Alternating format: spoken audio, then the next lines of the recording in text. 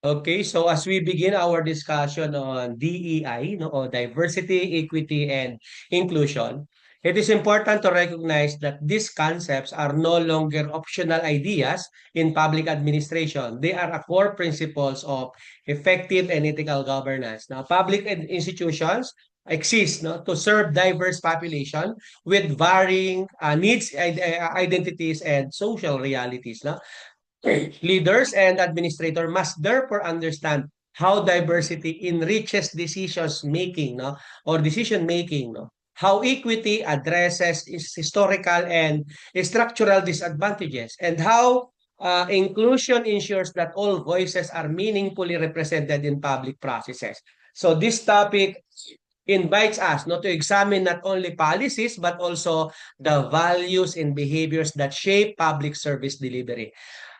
For you as a student, diversity, inclusion is directly connected to your future roles as policy analysts, managers, and public servants. Decisions about resource allocation, hiring program design, and community engagement all carry implications for business and social justice. So understanding DEI helps public administrator move beyond equal treatment toward just and responsive governance. With this perspective established, I now invite the presenter to discuss the key concepts, frameworks, and real-world application of diversity, equity, and inclusion in public administration. Go ahead po. Thank you, Dean. So good morning, everyone. Good morning, Doc.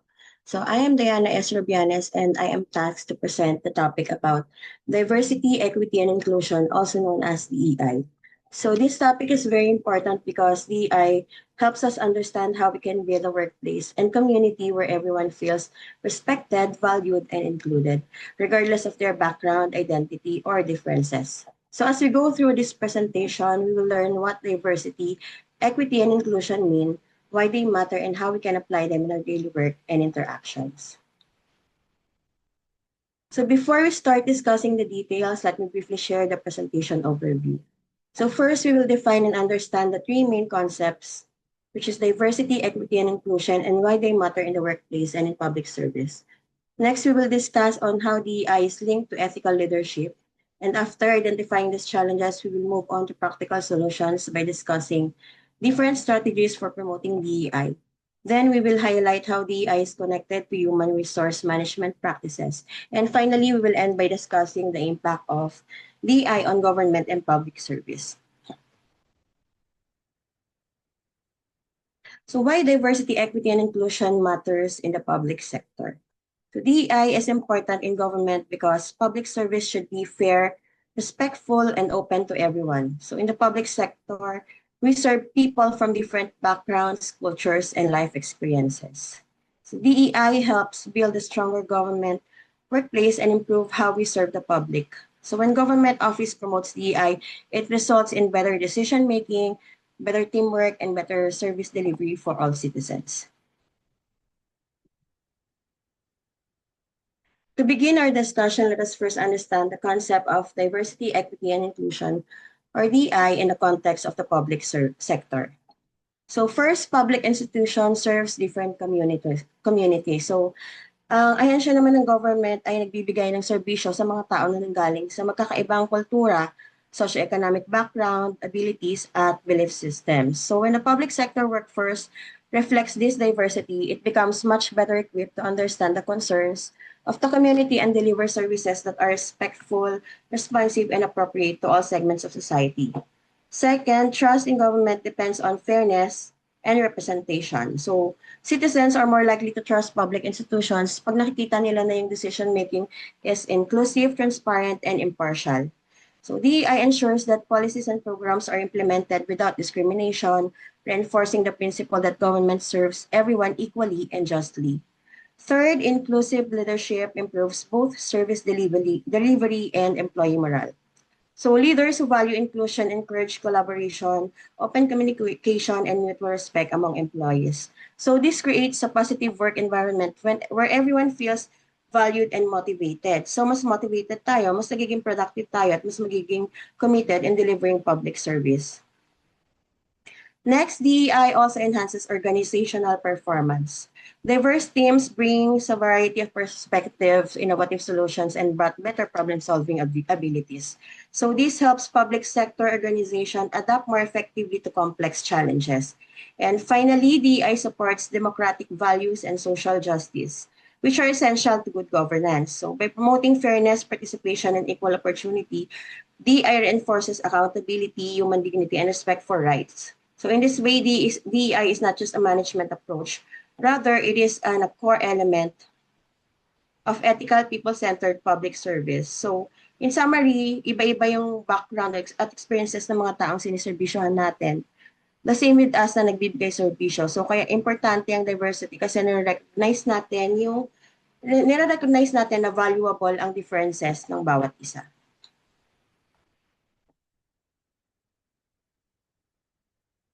So, having established the importance of DEI, let us now take a closer look at its first core component, which is diversity. So diversity means the differences that people have which make each of us unique. So these differences can include gender, age, ethnicity, disability, religion, socioeconomic background, educational attainment, and professional experience. So for gender, it refers to whether someone is male, female, or non-binary. So age is another form of diversity. So in public sector, hindi naman lahat na empleyado sa bawat ahensya may pare-parehong edad. So regardless of age, pwede naman tayo magbigay ng serbisyo as long as kaya pa naman natin yung binibigay sa ating or naabot pa naman natin yung requirement sa mga kailangan ng designation natin. So next is ethnicity. It refers to cultural or regional backgrounds. So, gaya sa amin sa IAS, may mga kasama tayong Bicolano, Tagalog, Ilocano, at mga kapatid na Muslim. So, next is disability. It is another important factor gaya dito sa mga libraries sa Maynila, nagpa-provide sila ng accessible workstations para sa mga staff na may physical or sensory disabilities. Religion also matters in a diverse workplace. So, government offices may accommodate kahit anong religion, mapa-Catholic yan, Christian, or Muslim employees. They actually give them prayer breaks. Guys, sa amin po, bilang respeto sa mga kapatid nating Muslim sa kanilang paniniwala.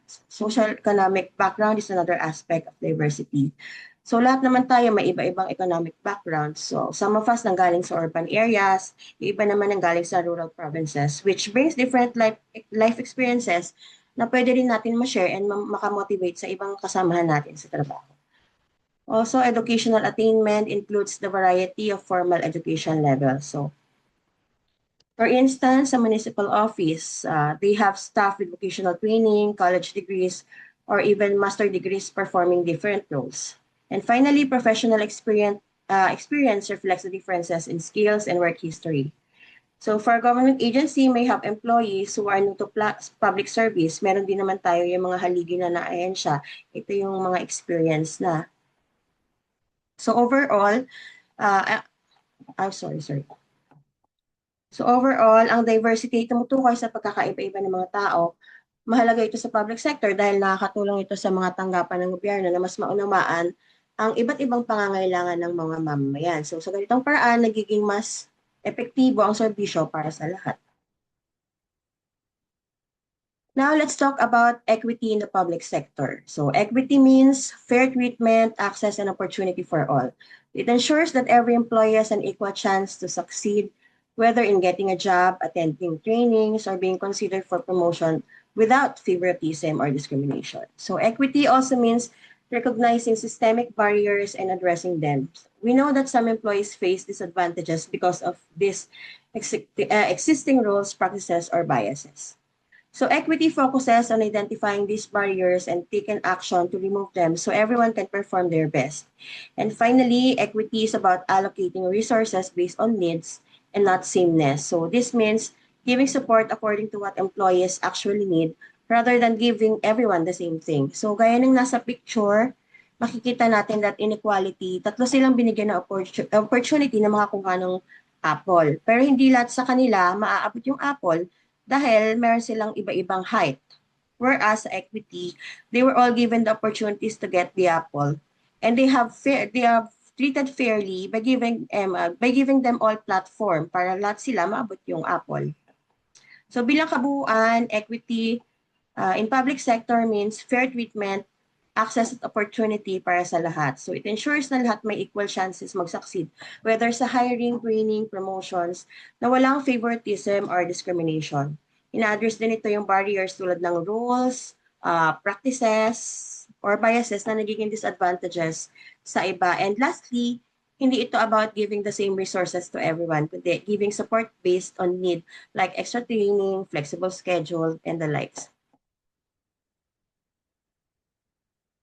So beyond diversity and equity, it is equally important to understand inclusion and how it brings these principles into everyday practice.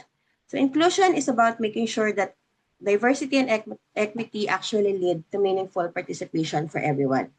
It starts with creating an environment kung saan nararamdaman natin na pinapahalagan tayo o nakikita yung value natin at na-appreciate ang contribution natin sa organization. Inclusion also means being respected or treated with dignity, fairness, regardless sa kanilang role, background, or personal differences. Another key part of inclusion is making sure employees feel heard. Mahalaga na nararamdaman din natin na tayo yung pinakikinggan.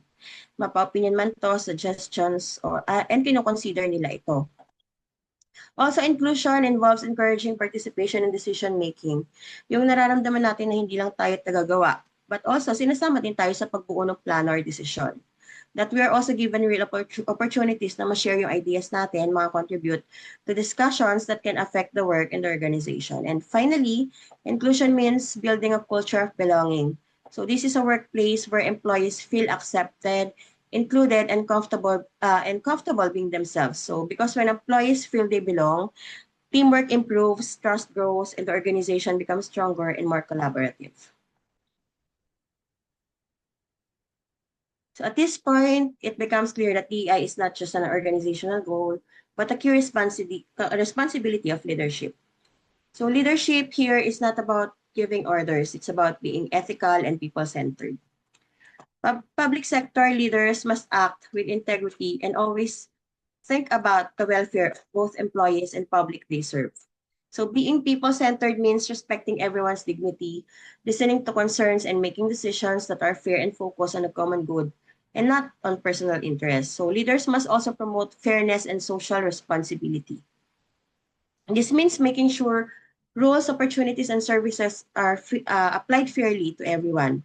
It also means understanding how government actions affect society and making decisions that support social justice, equality, and public trust. And finally, leaders need to actively address inequalities within their organization. So they cannot ignore issues like discrimination, bias, or unequal access to opportunities. So leaders must promote fairness and social responsibility, ensuring na rules and opportunities are applied equally to everyone. So dapat din nilang i-address yung inequalities like discrimination, bias, and equal access to opportunities by implementing fair policies, trainings, and inclusive HR practices. So closely linked to DEI is the concept of ethical leadership, which guides how leaders make fair and principled decisions. So ethical leaders are those who make decisions honestly and fairly without favoritism. So they rely on rules, facts, and fairness to ensure that every employee is treated equally. So transparency is also key. Leaders need to clearly explain policies, procedures, and how decisions are made. So pag naiintindihan natin lahat ng proseso, it builds trust and prevents misunderstandings. So respect for human dignity is another essential factor or aspect. So ethical leaders value every person in the organization. Makikinig sa lahat ng concerns, siguraduhin na everyone feels safe, included, and appreciated. And lastly, accountability for actions and outcomes. So leaders take responsibility for their decisions and actions. Pag may mali or may nagkamali, they address them properly and take corrective measures. So in short, ethical leadership in DEI ensures that inclusion is not just a policy on paper. It becomes a practice in the workplace, fostering trust, respect, and fairness for all employees.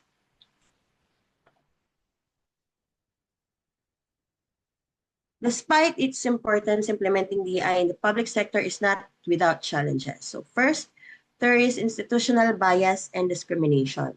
So sometimes workplace rules, practices, or cultures unintentionally favor certain groups over the others, so which makes it harder to ensure fairness and equal opportunities for everyone. Another challenge is resistance to change. Some employees or even leaders may feel uncomfortable with new DI policies or ways of working. They may prefer sticking to the traditional practices and resist changes that promote inclusion. We also seek a lack of awareness or training. Many employees and supervisors may not fully understand DEI concepts, so without proper training, they might unintentionally act in ways that are biased or fail to support inclusive practices. Limited leadership commitment is another obstacle. If leaders don't actively support DI initiatives, these efforts may not be taken seriously and often lack direction or impact. And finally, there's tokenism instead of genuine inclusion.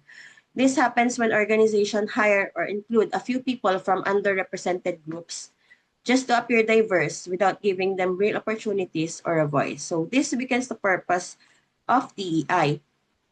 Overall, implementing DEI can be challenging because of biases, resistance, lack of understanding, or superficial efforts. So para ma-overcome tong mga challenges na to, kinakailangan ng strong leadership, continuous training, and genuine commitment para magkaroon ng inclusive workplace at all levels.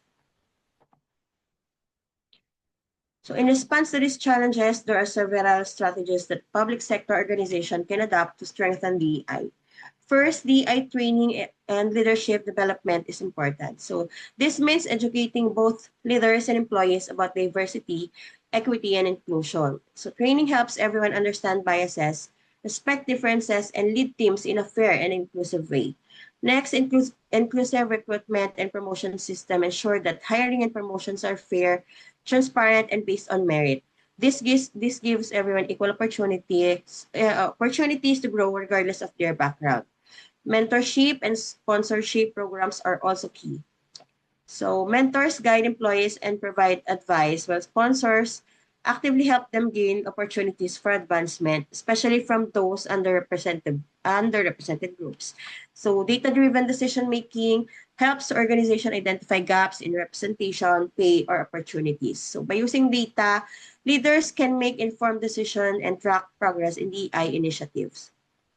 Finally, community and stakeholder engagement. So it ensures that policies and programs reflect the needs and perspectives of different groups. Engaging with different communities, engaging with communities build with trust and help public institutions serve people more effectively. So in short, DEI can be strengthened through training, inclusive hiring, mentorship, database decisions, and active engagement with communities. So these strategies make workplace fairer, more inclusive, and ultimately improve public service delivery.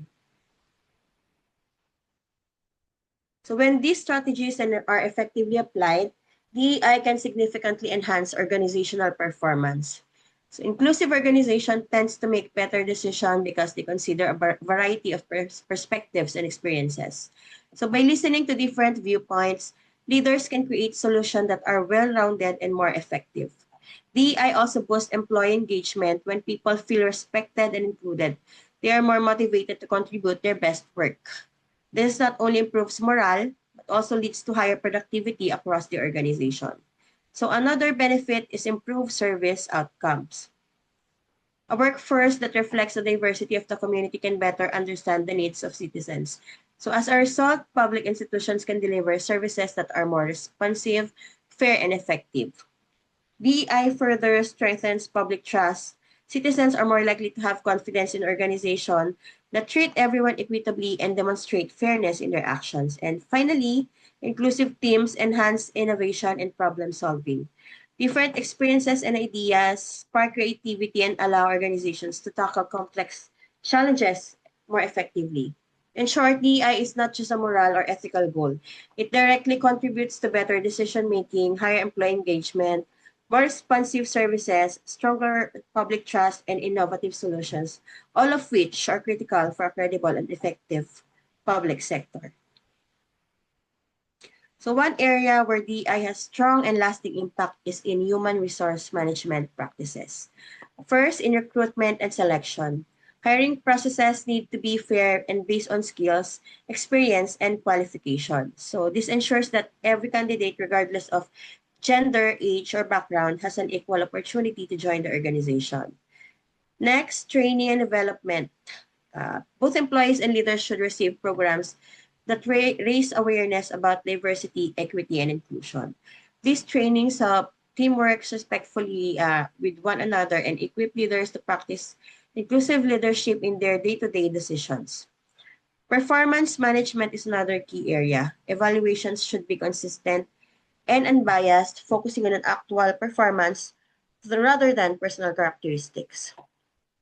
So this creates a fair environment where everyone understands that their contribution are recognized and rewarded based on merits. And finally, promotion and career development should provide equal opportunities.